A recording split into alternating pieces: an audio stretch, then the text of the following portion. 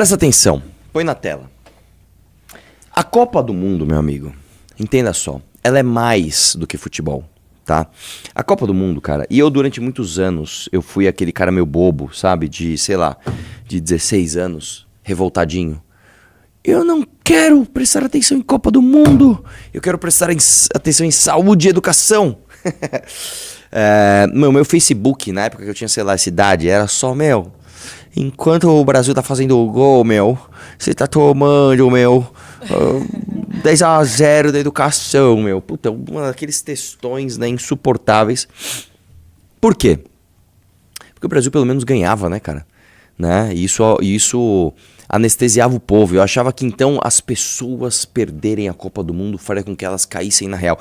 Eu nunca torci tanto contra o Brasil quanto na Copa de 2014. Eu falei, cara, a Dilma não pode ganhar, o Brasil tem que sofrer. E aí eu lembro que teve o 7-1 e eu comemorei. Eu lembro que eu fiquei muito feliz. Velho. Mano, eu comemorei. Eu dormi. Nesse dia eu tava muito cansado, tinha trabalhado pra caralho. Aí eu acordei e o que aconteceu? Puta, o Brasil tomou de 7-1. Que bom. A Dilma não vai se reeleger. E claro que ela se elegeu. Isso tem influência nas eleições? Isso tem, mas não. Eu vou te explicar uma coisa. Quando eu trabalhava com. Trabalhava não, né? Quando eu estudei pesquisa, a gente tinha que eliminar os resultados da pesquisa de satisfação com o alimento. Na quinta-feira, na engenharia química, um braço deles era alimentos, né? E um dos braços de alimentos era pesquisa de satisfação. Na quinta-feira a gente tinha que eliminar o resultado porque ele sofria interferência do jogo anterior. Então, por exemplo, a gente trabalhava com pesquisa de satisfação em... Ô, Luiz, só dá uma afastadinha na TV. A gente trabalhava com pesquisa de satisfação em fábricas. E aí, se o Corinthians perdia, a satisfação caía. Se o Corinthians ganhava, a satisfação subia. Você acredita? O Corinthians perdia na quarta-noite, o cara almoçava na quinta-feira, meio-dia, e ele falava, a comida tá ruim porque o Corinthians perdeu, a comida tá boa porque o Corinthians ganhou. Era assim, meu cara. Deus do céu. Impressionante. Então, na minha cabeça, eu achava que isso ia fazer toda a diferença do mundo e não fez. Né? Foi uma babaquice da minha parte fazer isso. E aí, o que acontece? Hoje, sabendo que Copa do Mundo, né, é mais do que só futebol, né? É um exercício de orgulho nacional, é um exercício de exaltação dos símbolos do seu povo, né?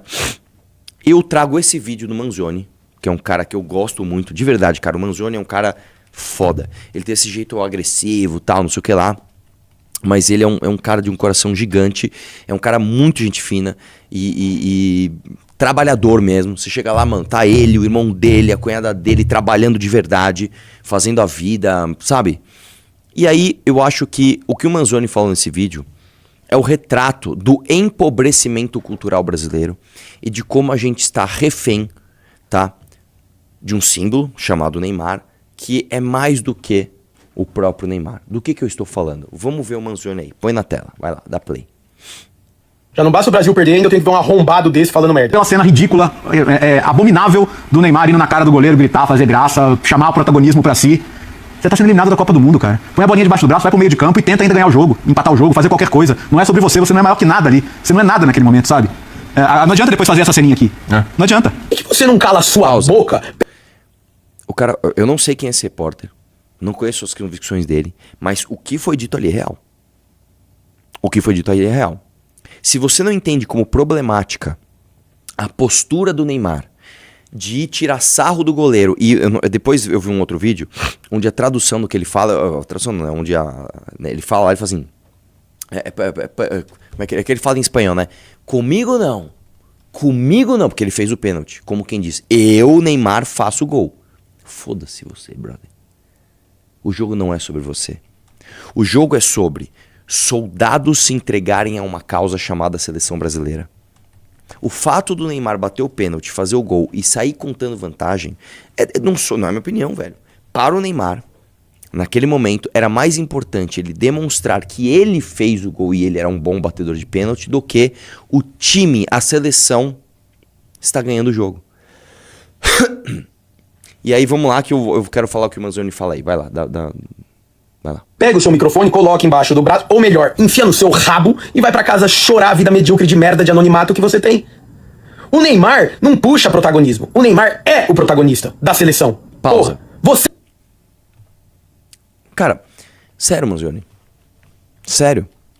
Você gosta desse fato? Tipo assim, Eu gosto do Neymar. Está acontecendo uma coisa hoje na sociedade brasileira que é o seguinte. Já que a esquerda, que é hipócrita, que é nojenta, que é ridícula, fica demonizando o Neymar. E o Neymar é macho tóxico, hein?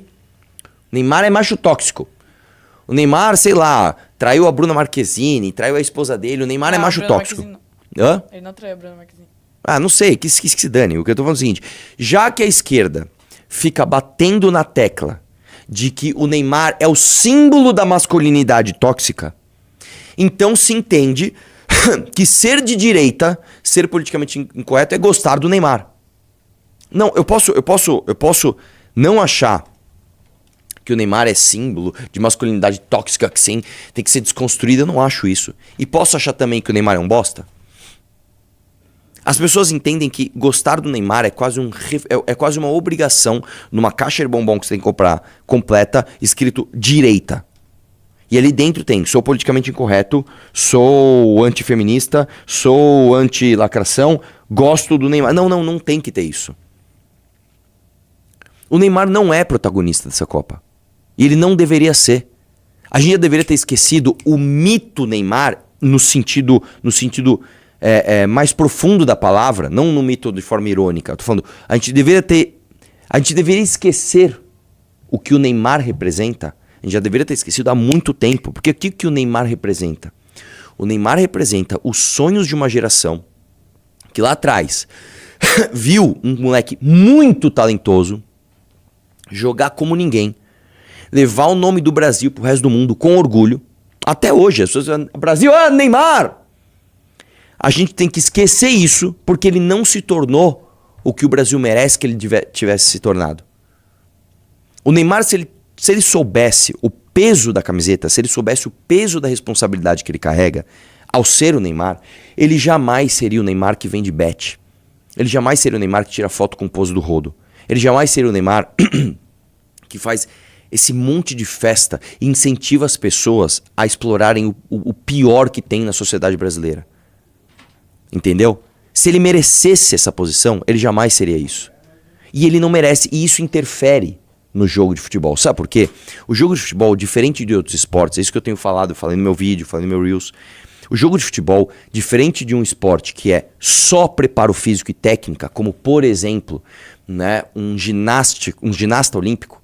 Quando você pega o Arthur Zanetti, por exemplo, o que ele faz? Meu irmão, o Arthur Zanetti vai lá e executa um movimento 1 bilhão de vezes para ele ter a frieza de chegar num juiz da Olimpíada e fazer o mesmo movimento ali, mano, fudido, de um jeito que ninguém no mundo vai fazer. Ouro olímpico, foda.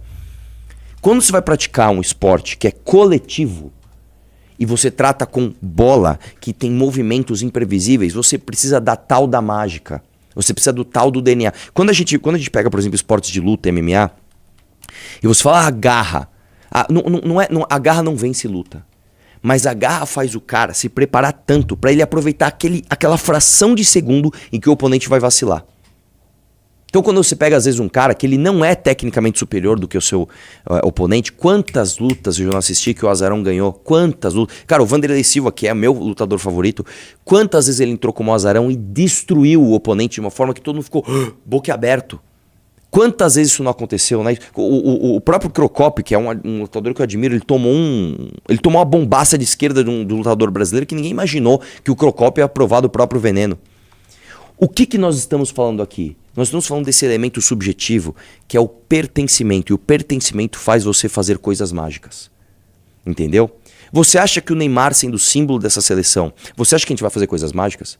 Você acha que ali você tem um exemplo de dedicação de indivíduos para uma marca, para um símbolo, para uma missão chamada hexacampeonato? Você acha que esta seleção, simbolizada pelo Neymar, como você mesmo está dizendo, o protagonista, você acha que essa seleção ia trazer a sexta estrela? Você acha que essa seleção, onde os caras são influenciadores, eles não são jogadores, você acha que essa seleção ia trazer o Hexa? Pelo amor de Deus. Renato Batista tá aqui, hein? Você quer falar, né? Ele quer falar. Não, eu queria te zoar que o Arthur Duval, né, assistiu um jogo do Brasil lá na minha casa e ele me perguntou se os acréscimos eles contavam no segundo tempo, ou seja, se o jogo começava com, sei lá, 48 minutos no segundo tempo, e ele tá dando opinião de futebol aqui agora, cara. Você não assim, perguntou isso. não tem a menor credibilidade, entendeu? Posso esclarecer duas coisas? Coisa número um, eu não perguntei isso, eu perguntei, o marcador de tempo, ele começa nos 45 pra ir até os 90? Não faz o menor sentido. Tá bom. Ele deveria começar, ele deveria começar do zero, o segundo tempo zero do segundo tempo, como é aqui no Brasil, né? Ou começar já. Então, peraí, nós tivemos 45 minutos de jogo mais 10, então o cronômetro do segundo vai começar com 55 minutos de jogo, ok? E outra coisa, a Copa do Mundo, eu comecei falando isso, ela é mais do que futebol. Ela é mais do que isso. Quer sentar aí? Pega uma cadeira e senta aí. Vamos continuar o vídeo do Manzioni, da Play aí. Você quer no máximo um dublê de figurante. O Neymar, porque não é mais do que ninguém. O Neymar é mais do que as duas seleções inteiras junto, irmão. Respeita a história do cara. Independente da condição física que ele tá agora, independente das lesões. O Neymar é o Neymar, mano. E por escolha de terceiros, não teve tempo hábil de mostrar o que sabe fazer de melhor, que é jogar bola. O cara é uma lenda. Isso é mentira. Não é que, boicotar o Neymar. O Neymar não tinha condições de jogar os 90 minutos. Tá? O Neymar não tinha essa condição. Isso também não é. Isso também não é questão de opinião. Tá? Você pode criticar a escalação do Ancelotti, as substituições, que ele só fez merda. Eu não entendo nada de futebol, mas eu tô vendo um monte de analista falar a mesma coisa. O Brasil jogou sem laterais, o Brasil não marcou do jeito que deveria marcar o Haaland, que ele fez exatamente o que estava previsto que ele ia fazer. Ele substituiu errado, ele tirou o cara que estava com um recorde de assistências na Copa para gols e colocou outro cara fora de posição. O Endrick estava claramente nervoso, porque aquele gol ele não poderia perder. O cara que foi bater o pênalti não deveria ser o cara que ia bater o pênalti. Sim, isso é fato. Inclusive, o próprio Vini Júnior... Não se põe volante pra bater. Quando o Ancelotti era técnico do... Onde que era Real Madrid? Sim. O Vini Júnior era o batedor oficial de pênalti. Como é que nessa chance ele põe aquele bosta pra fazer aquela merda? Bom, mas aí que tá. Era pro Vini Júnior bater, só que o Vini Júnior deu a responsabilidade pro Bruno Guimarães. Tudo bem, põe outra pessoa então. O cara não tem experiência. Como é que você vai pôr o cara pra bater um pênalti? Numa eliminatória de Copa do Mundo? E mais, como é que o cara faz aquela palhaçada? Meu irmão, você tá num jogo decisivo, faz o feijão com arroz. Você não é um exímio batedor de pênalti, faz o feijão com arroz, sai correndo uma bomba na bola no canto, que é o que todo mundo faz. Ele bateu a meia altura, fazendo gracinha fraco ainda. Ele fez o que não deveria ser feito. Não, é que depende. Por exemplo, o Neymar bateu exatamente assim, fez Mas o Neymar sabe exatamente. O Neymar sabe o que está fazendo. O Guimarães não sabia. E ele é volante, não exatamente, se põe volante pra bater pênalti, porra, não se põe. Exatamente. Então, independente dos erros técnicos, o que eu tô dizendo é o seguinte: essa seleção não tem a garra, não tem o mojo, tá? Que é o que dá mais peso na camisa da seleção brasileira. E aí eu digo mais, cara, que é a parte mais importante. O comportamento do Neymar de ir pra cima tirar a onda do goleiro, quando ele faz o gol, mostra que não é uma seleção de soldados para uma causa. É um monte de projeto individual, a gente vê isso na política também, usando a causa para hypar. O cara não serve a camisa. Ele faz com que a camisa lhe sirva. Isso está errado. Cara, é muito claro o descompasso do Neymar e tirar sarro do goleiro que fez uma excelente partida com ele, que entrou no finalzinho e o time tava perdendo, e ele querendo passar marra pro cara. E você, Manzioni, com todo respeito, respeita o cara, eu quero o símbolo da seleção, eu quero que ele se foda, eu quero que esse símbolo morra, no sentido metafórico. Eu quero que nós tenhamos outro símbolo. E o Brasil é um país tão carente de mitos e de símbolos, né? A gente não exalta a história dos portugueses, eu falei isso no meu Reels, a gente não exalta a história dos bandeirantes, a gente não exalta a história de grandes figuras, Zumbi dos Palmares, Antônio Conselheiro, Tiradentes, a gente não exalta essas pessoas para exaltar o Neymar como símbolo máximo da seleção brasileira. Pelo amor de Deus, cara. Se você não consegue entender que isso é uma crise de identidade que gera um efeito prático num jogo de futebol, é muito triste, cara. É muito triste. Põe aí, deixa eu ver o restinho que ele fala aí, que aí eu não vi mais. Ainda viva do esporte brasileiro. E você tá aí defecando pela boca, o seu animal. Porque alguém quis pôr ele lá. Alguém quis pôr você nesse programa de merda também. Foi a escolha de alguém, então um imbecil que qualquer tiozinho de boteco sabe mais de futebol do que você. Claramente não viu o goleiro da Noruega provocando o Neymar. E o Neymar foi lá e deixou ele mais perdido que filho de puta em Dia dos Pais, marcou o gol. E Pausa. Você acha que ele deixou o goleiro da Noruega mais perdido que filho de puta? Sério, cara? Você acha que o goleiro da Noruega foi... Pra começar o seguinte, o cara é norueguês. Vamos começar assim. O norueguês não tá perdido. Vamos. Primeiro lugar, o norueguês não está perdido. Nós estamos perdidos. Nós. Se o Brasil tivesse feito 7-1 na Dinamarca, o cara ainda assim não estaria perdido. E nós estaríamos. Vamos começar por aí. Segundo ponto, o cara provocou porque ele pôde provocar. Exatamente. Tava 2-0, irmão, por uma seleção que era azarona. Você viu a postura do Haaland antes do jogo? Quais são as chances da tua seleção ganhar do Brasil? Postura de homem. São mínimas.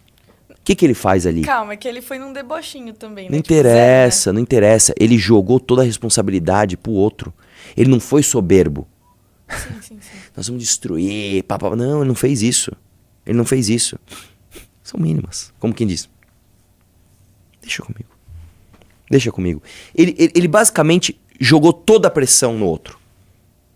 Eu vi um cara falando isso no TikTok e realmente é isso. Ele jogou pro outro.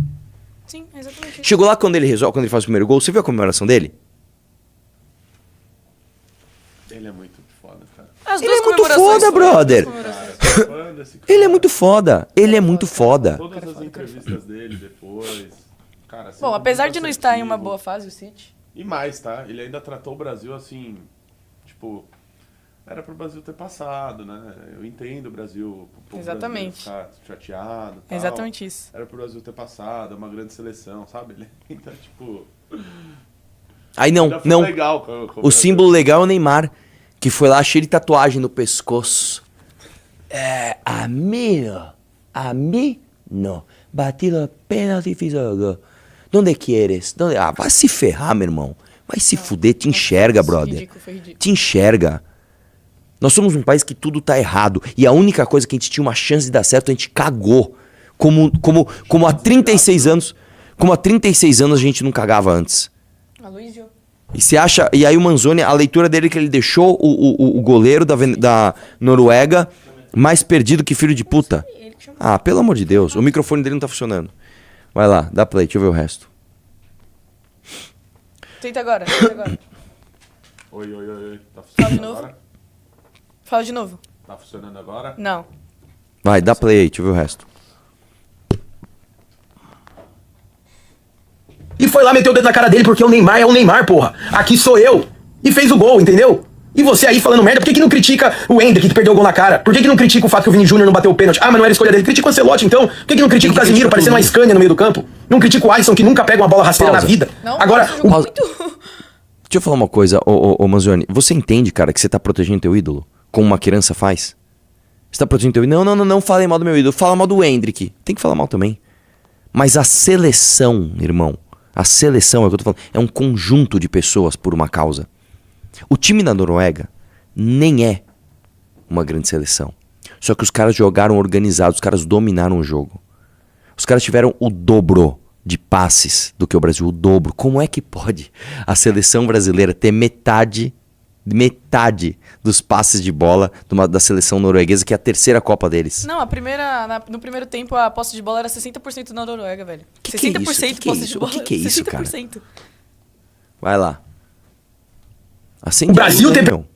perdido a Copa é culpa do Neymar? Ah, velho, vai caçar o que fazer, mano. Aproveita seus 5 minutos de fama. Que é só assim, velho. Eu garanto que muita gente conheceu o teu nome hoje e muita gente já vai ter esquecido amanhã. Que é isso? É 5 minutos de fama, falando uma bosta, buscando hype em cima de um dos maiores jogadores da história. Sabe o que você faz? Pega você, toda a emissora que você trabalha, esses caras aí que estão na mesa com você, entra um no cu do outro, meu amigo, e vão pra Noruega, tá? Vão se fuder, porra! Bando de arrombado.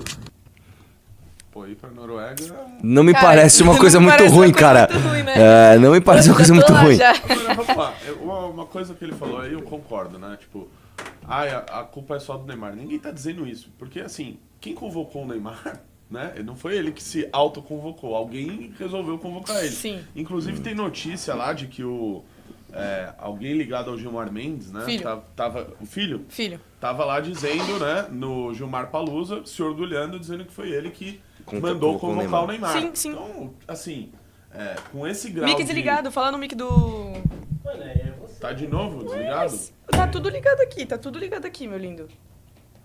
Eu dei o meu microfone e tá funcionando aí. Fala de novo, Renato. Som. Não tá batendo. Som. Fala no mic do Arthur. Vai. Posso voltar meu comentário aqui? Então, assim, o filho do Gilmar Mendes, a culpa não é só do Neymar, porque alguém convocou o Neymar, né? O filho do Gilmar Mendes estava dizendo lá no Gilmar Palusa, se orgulhando, se gabando de que foi ele que mandou trazer o Neymar, de que foi ele que mandou o Neymar ser convocado. Então, assim, cara, não era pra estar lá. E com uma seleção com esse grau de interferência de um ministro do Supremo Tribunal Federal, né, com gestões desastrosas. Você pega os últimos 4 presidentes da CBF, um não pode sair do país, os outros 2 aí quase presos, né, Marco Paulo Del Nero, enfim, Ricardo Teixeira não pode sair do país. O outro lá, o Caboclo, foi afastado, né, que também era a indicação do Gilmar Mendes. Aí depois veio aquele Edinaldo, que era uma coisa patética. E depois o outro que é presidente da Federação de Roraima, né? O grande futebol de Roraima, premiado agora gerindo o futebol brasileiro. Então, assim, tá tudo errado. Tá tudo errado. E o fato do Neymar estar lá é mais um sintoma disso, porque não deveria sequer estar lá. Deixa eu ver o superchat do Phelps aí, o que ele falou?